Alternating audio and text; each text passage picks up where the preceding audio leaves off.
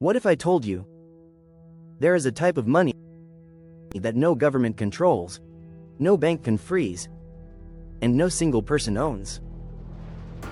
Money that moves across the world in minutes, without permission, without middlemen. That's cryptocurrency. But how does it actually work? Not the hype, not the headlines, the real mechanics behind it. Let's break it down. The problem with traditional money: before we understand crypto, we need to understand money. Right now, when you send money to someone, it doesn't go directly to them. It goes through a bank. If you use a debit card, the bank approves it. If you wire money, the bank processes it. If you send money internationally, multiple banks take fees. And behind all of it sits institutions like the Federal Reserve controlling money supply. You don't truly hold your money. The bank does. Crypto was built to change that. The birth of Bitcoin in 2008, during a global financial crisis, banks collapsed. Trust disappeared. Then in 2009, something new was launched. Bitcoin.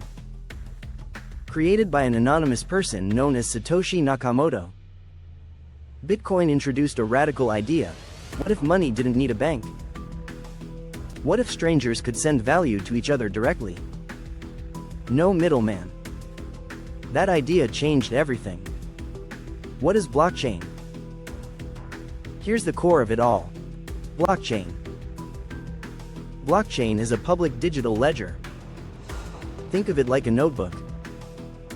But instead of one person holding it, millions of computers around the world have a copy. Every transaction ever made is recorded inside this notebook. And once it's written, it cannot be erased. That's powerful. How a crypto transaction works: let's say you send 1 Bitcoin to a friend. Here's what happens. Step 1. You press send in your crypto wallet. Step 2. Your transaction is broadcast to thousands of computers called nodes. Step 3. These computers verify that you actually own that Bitcoin. Step 4. The transaction gets grouped into a block. Step 5. That block gets added to the blockchain. Now it's permanent. No bank approval. No central authority. Just math and code. What is mining? So, who verifies these transactions? In Bitcoin's case, miners. Mining isn't digging gold. It's computers solving complex math problems. The first computer to solve the problem confirms the block. As a reward, they earn new Bitcoin. This process secures the network. It makes cheating nearly impossible. Because to fake a transaction, you would need to control more computing power than the entire global network, which is nearly impossible. Wallets. Public and private keys. Now let's talk about ownership. When you own crypto, you don't physically hold coins. You hold keys. A public key is like your email address. You can share it with anyone. A private key is like your password. Never share it. If someone has your private key, they control your crypto. This is what makes crypto different. You are your own bank. But with that freedom comes responsibility. Lose your private key, and your crypto is gone forever. Beyond Bitcoin, Bitcoin was just the beginning. In 2015, Ethereum launched. Ethereum introduced smart contracts. These are programs that run automatically on the blockchain. No middleman needed. This opened the door to decentralized finance, DeFi, NFTs, blockchain gaming, digital identity, and more. Crypto became more than money. It became infrastructure. Why does crypto have value? This is the big question. Why does it have value? 3 reasons. Scarcity.